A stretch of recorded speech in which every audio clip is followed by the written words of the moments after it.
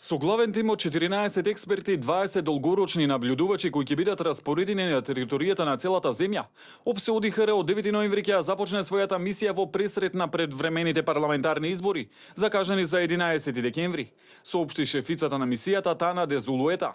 Мисијата ќе оценува согласеноста на овие избори со меѓународните обврски и стандарди за демократски избори, како и со домашното законодавство.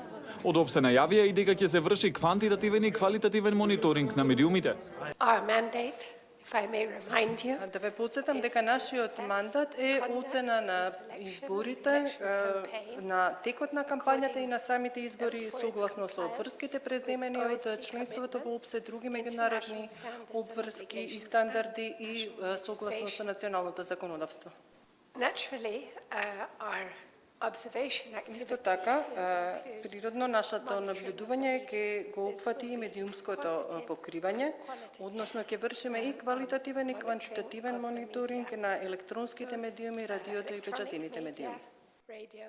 На денот на изборите ОПСЕ ќе обезбеди 300 краткорочни наблюдувачи, кои ќе го следат отварањето на гласачките места, гласањето, пребројувањето на гласачките ливчиња и сумирањето на резултатите. Дезулуета вели дека во случај на забелешки на изборниот процес, ОПСЕ нема мандат да интервенира, туку да ги оцени изборите, но и ќе нотира се што ќе се случува.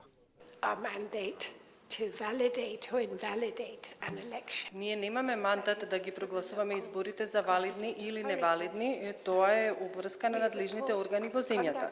Наше е да го оцениме спроведувањето на изборите, дали е усогласено со обврските преземени, со меѓународните стандарди и со законодавството на земјата. Мисијата ќе објави еден периодичен извештај во текот на својата работа. На пресконференција ден по изборите ќе бидат соопштени првичните наоди.